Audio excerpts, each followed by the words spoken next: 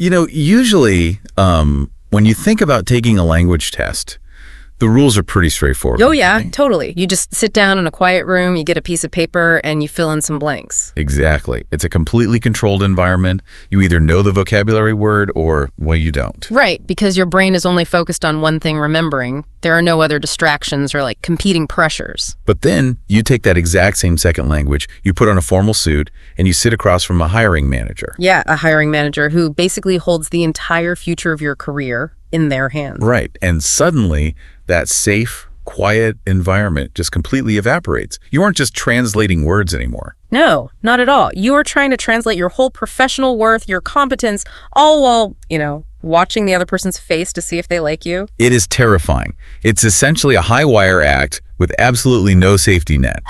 So, welcome to our discussion today. We are looking at a really detailed, structured guide on how to absolutely ace a job interview in English. And our mission today is to pull out the best frameworks and vocabulary from our sources to help you, the listener, not just survive the interview, but actually take control of it. We want to completely change how you think about this. We are going to shift your focus away from worrying about fluency and move it towards something you can actually control: preparation. Yes. Preparation is the key because the 2025 landscape is intense. Our sources talk about how global borders are fluid, remote work is everywhere, and technology is just changing everything. Which means English has really become the global operating system for business. Doing an interview in English isn't just for a few top executives anymore. No, it's a basic survival skill for your career.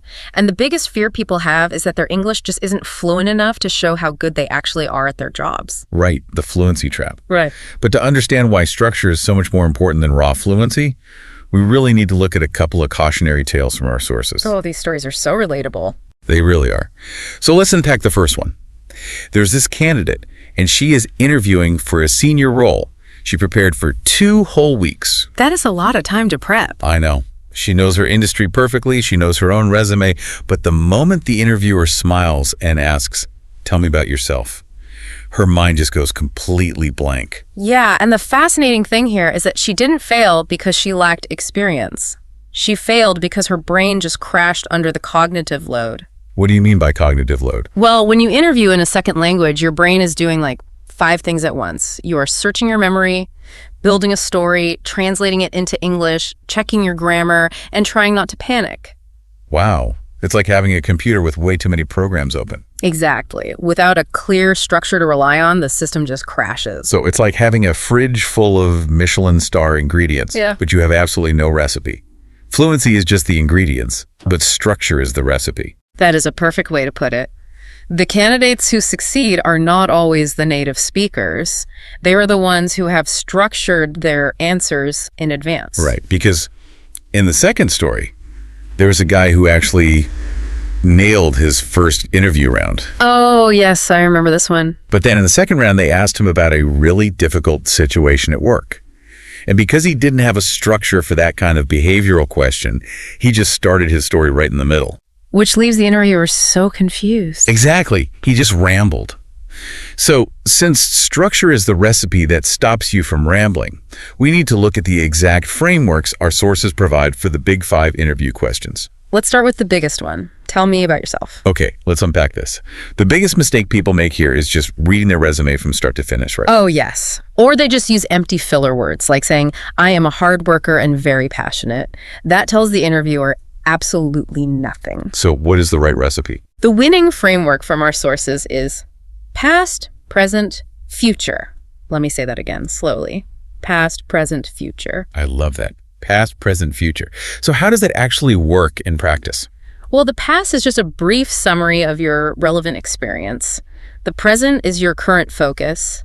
And the future is exactly why you want this specific role at this specific company. Our sources gave a really clear example of this. It was a marketing professional who wanted to move into data analytics. Right. Instead of talking about every marketing campaign they ever did, they only talked about data. Yeah. For the past, they said, "I have spent 5 years in digital marketing analyzing consumer metrics." And for the present, they said, "Recently, I have mastered Python and SQL to build predictive models." Then the future connects it all.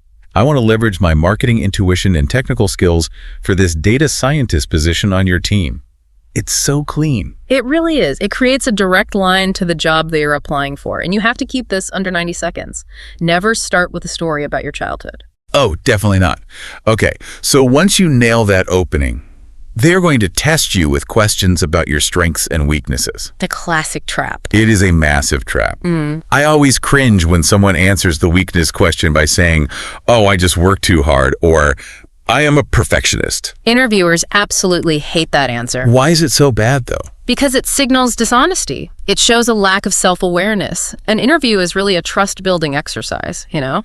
Right, so you have to be vulnerable to build trust. Exactly. The right way to answer is to share a genuine weakness, but pair it with specific, measurable action steps you are taking to fix it. So if you struggle with public speaking, you admit that.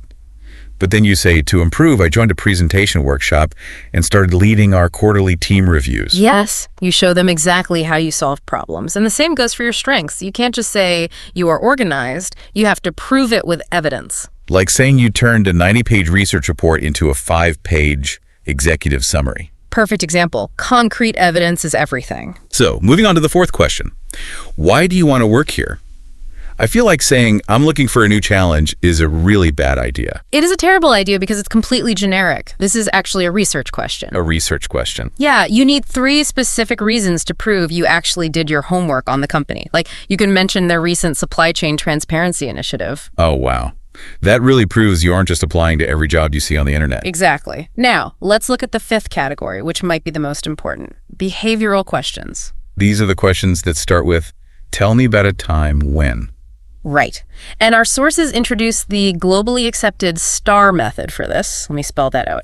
S-T-A-R. The STAR method. S-T-A-R. I've heard of this. It stands for Situation, Task, Action, Result. Let me repeat that slowly. Situation, Task, Action, Result. Yes. It is the perfect structure for telling a professional story. But wait, I want to push back on something the sources say here. They are very strict about telling candidates to use the word I instead of we when talking about the action phase. They are very firm on that, yes. But doesn't that make you sound really arrogant? Like you are a bad team player who just takes all the credit? It can feel that way, especially for people from cultures that really value teamwork. It feels unnatural. But here's the thing. The interviewer is hiring you, not your team. Ah, I see. If you say, we decided to fix the software, the interviewer has no idea what you actually did. Were you the lead engineer or were you just in the room drinking coffee? Right, so you have to be specific. You have to say, I proposed the new architecture or I negotiated the timeline. Exactly. You have to take ownership of your specific actions so they can evaluate your individual skills. Okay, so now that we have the structural frameworks like past, present, future, and the STAR method, we need to talk about the exact vocabulary to use. Yes, the language of professional self-presentation. Our sources highlight 7 critical pocket words. Let's go through these because they are so powerful. The first word is concise. Let me spell that. C-O-N-C-I-S-E. Concise. Let's hear that again slowly. Concise. Now, being concise is not the same as just being brief, right? Being brief is just stopping early. Right. Brief just means short. But being concise, it's like a shot of espresso. It's dense, highly caffeinated, and stripped of all the unnecessary water. It says everything important and nothing unnecessary. That is a brilliant analogy. Interviewers are tired. When you are concise, you make their job easier. Okay, the second word is articulate. A-R-T-I-C-U-L-A-T-E. Articulate. Let me say it again. Articulate. This means expressing your ideas clearly and effectively. Right. And the third word is competency. C-O-M-P-E-T-E-N-C-Y. Competency. One more time. Competency. A competency is a specific skill the job requires. When you see that word in a job description, it should trigger you to prepare a STAR story just for that skill. Exactly. Okay, the fourth word is relevant. R-E-L-E-V-A-N-T. Relevant. Say it with me. Relevant. That just means making sure every story you tell actually matters to the job you want. And the fifth word is initiative. I-N-I-T-I-A-T-I-E-V-E. Initiative. Let's repeat that. Initiative. Taking initiative means you don't just wait to be told what to do. You see a problem and you fix it. Which leads right into our last 2 heavy hitters.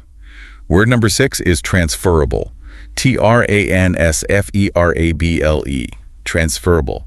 Again, that is transferable. This word is absolute magic if you are changing industries. Yeah, the sources gave a great example of a teacher moving into corporate training. On paper, they look totally unqualified for a corporate job. But if they use the word transferable, they can bridge that gap. Right, they can say, my skills in curriculum design and group facilitation are highly transferable to your corporate training role. It completely removes the risk for the hiring manager. It does all the hard work for them. And our final word, number 7, is proactive. Proactive. Proactive. Let me say it slower.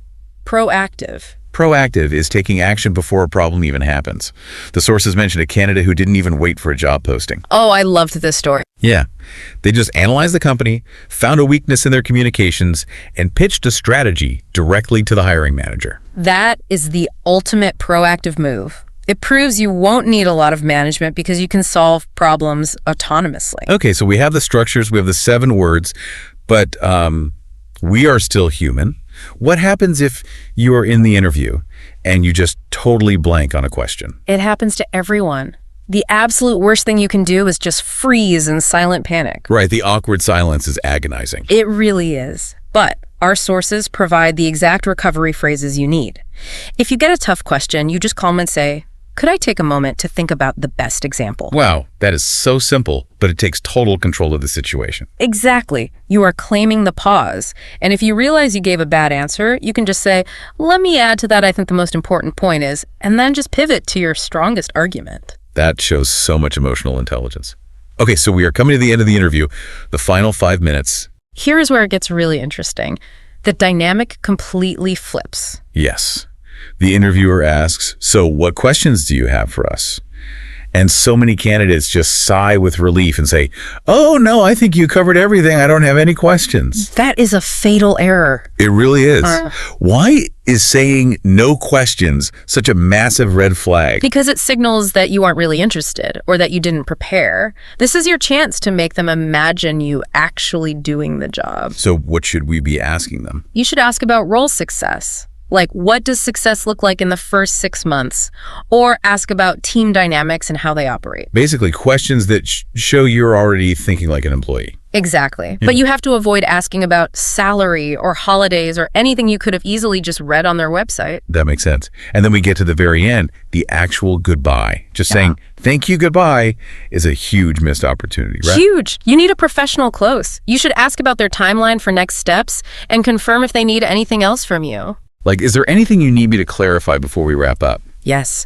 It forces them to bring up any doubts they might have right there in the room so you can fix them.